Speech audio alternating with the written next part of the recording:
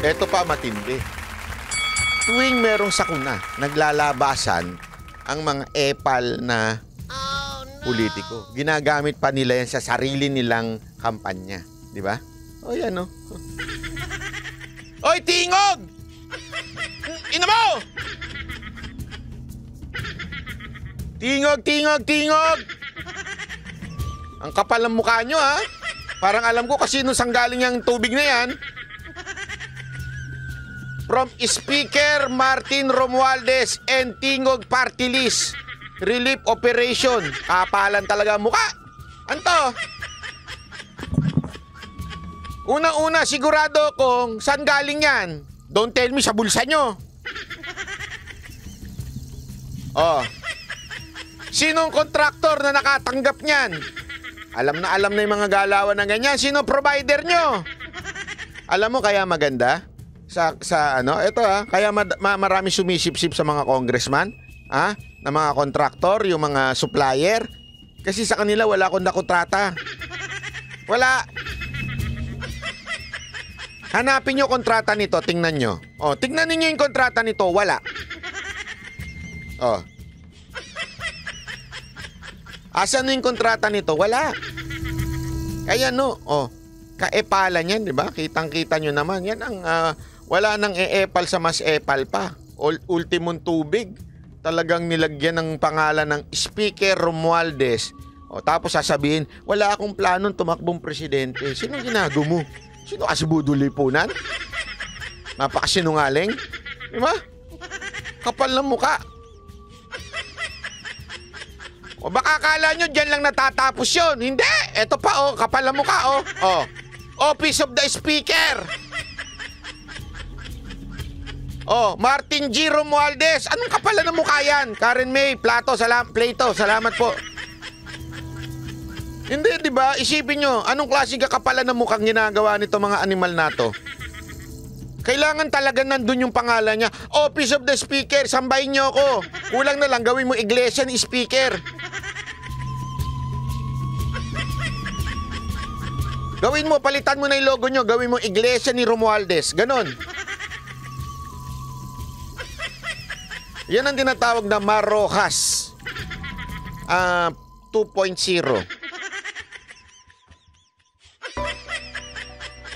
Banat bay, akala ko ba sinasabi mo, 'di ba? At least tumulong sila. At least nakatulong. Yan ang mga sinasabi ng iba. At least nakatulong. Ikaw ba, Banat bay? May natulong ka ba diyan? Bakit? Politiko ba ako? Public servant ba ako? May pera ba ako? Wala naman akong pera. Kung may pera ako, bigyan mo akong pera. Bibigay ko sa kanila. Totoo naman Kung meron akong pantulong, tinulong ko Wala akong pantulong Konting...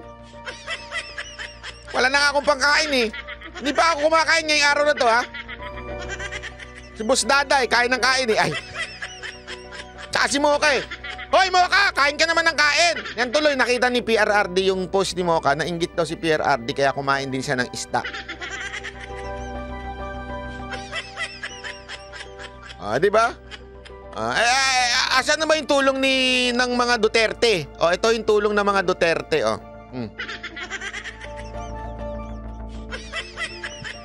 Yan ang tulong ng mga Duterte. From the people of Davao City. Ibig sabihin, galing yung pera sa taong bayan ng Davao City. Tapos, pag titingnan mo, yung tatak nito, yung tatak talaga ng mga bigas. Di ba? GBPTV. Tapos magtataka kayo ngayon kung bakit ang taas ng trust rating ni Pangulong Duterte. Kasi hindi ho siya epal. Bakit mataas ang ratings ni Sara Duterte? Hindi ho siya epal.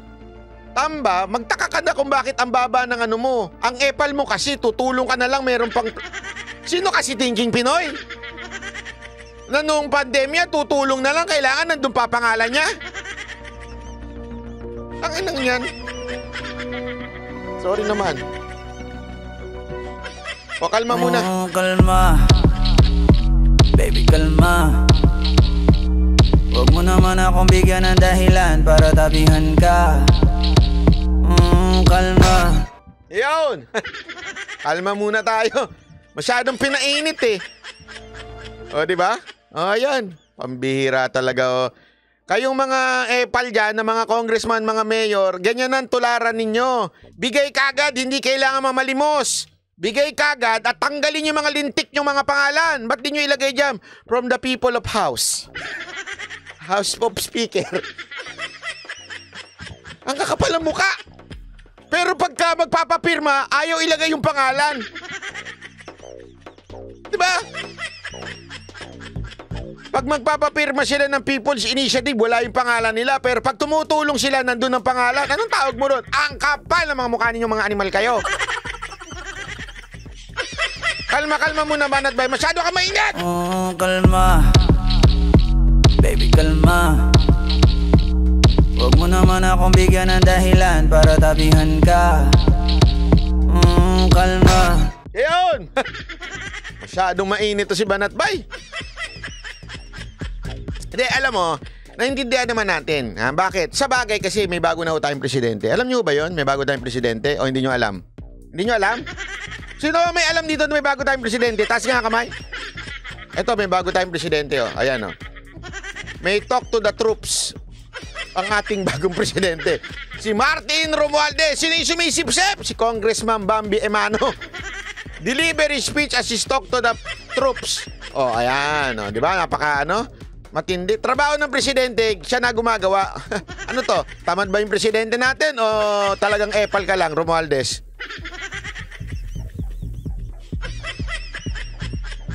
Hindi, tanong ko lang naman. Mr. President Marcos, tamad na po ba kayo o talagang epal lang ho itong pinsan nyo? Ha? Kasi masyado, pati yung trabaho ninyo, ginagawa niya. Feeling niya, presidente talaga siya, no? Grabe, may talk to the people pa. Ay nako, pambira ka o tamba. Anyway, ito na naman yung mamaya na yung kaiba na, masyado kayong atat ha. Sunod-sunod, nasakit kapag single ka, no? Ito good news para sa mga single. Tingnan ninyo, para naman kasi alam ko marami makaka-relate di ba?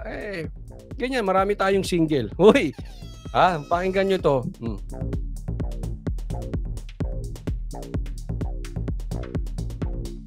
Sa double pay at stress leave na handog ng munisipyo ng General Luna, Quezon sa mga single nilang empleyado.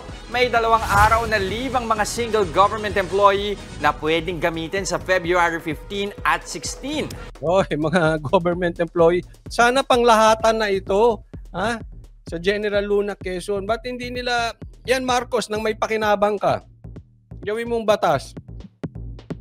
Pag single, may double leave sa 15 and 16. Ang mga single naman daw na papasok sa mismong Valentine's Day, may double pay. Habang triple pay naman ang mga talagang single since birth. Yun.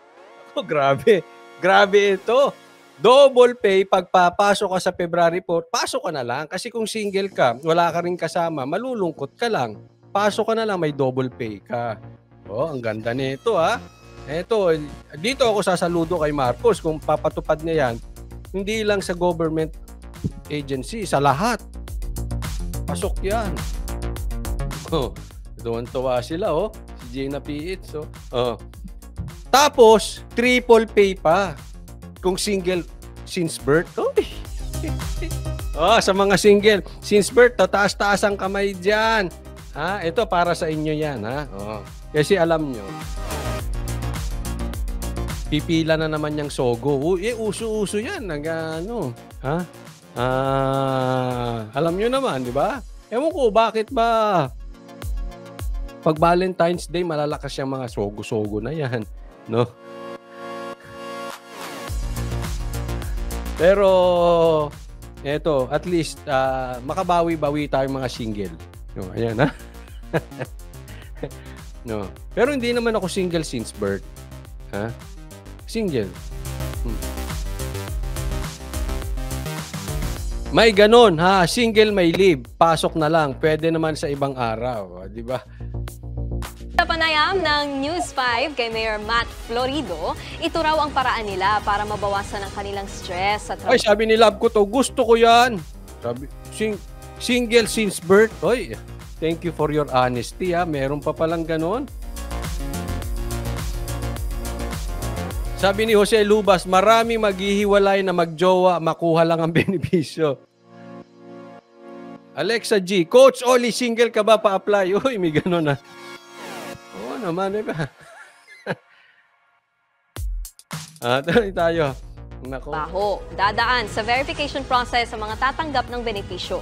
Kukunin daw ang pondo para rito sa mismong bulsa ni Mayor. Dapat lahat ng mayor ganito, no? Magandang pakuluto. Hindi, ako, pabor ako dyan. Kasi nasubukan ko na yan eh. Merong parte ng buhay ko na nagpasko, nag-New Year at nag-Valentine's akong single. Mahirap. Pabor ako dyan. Saludo ako, Marcos. Nang magkaroon ka ng pakinabang, gawin mo yan. Ako, magugustuhan ka ng mga single.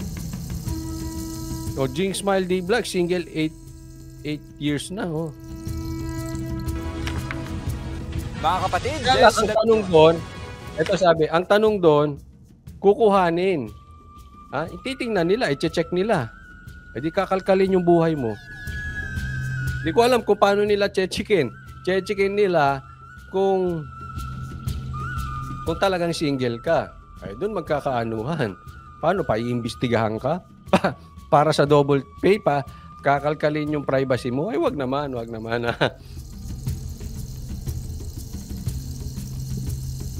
Mercilita Kalunod. Maraming salamat yan. Mercy, nag-like na po at hanggang replay lang ako. Thank you, Mercilita Kalunod.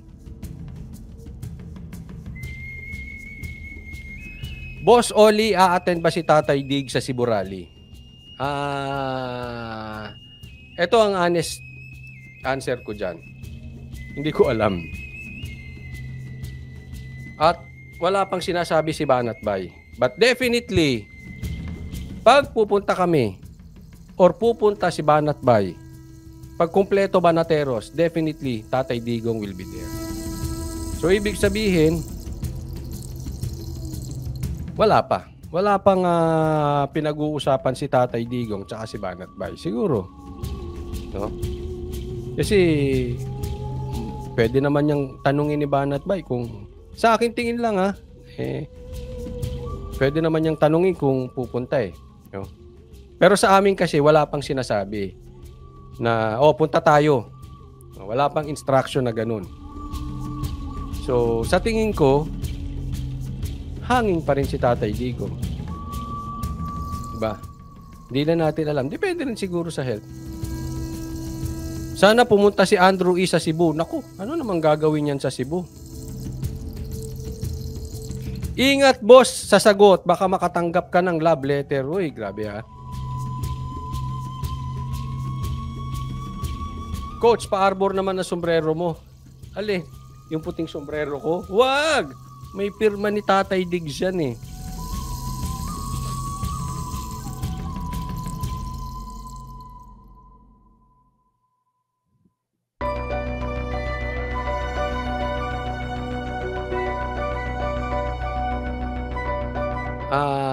May point to si Lab ko to. Mukhang delikado yan, coach, kasi pro-admin yung mga Garcia.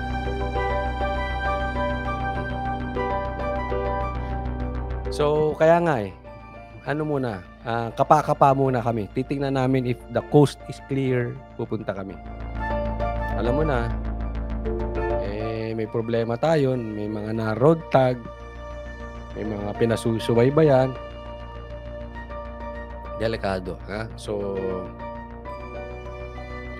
alam mo, ingat tayo sa mga praning. Yan na lang masasabi ko. Ingat tayo sa mga praning. Kasi ang taong praning, akala nila lagi merong ginagawang masama sa kanila. Mamaya, alam mo na, di ba? You read between the lines, ha?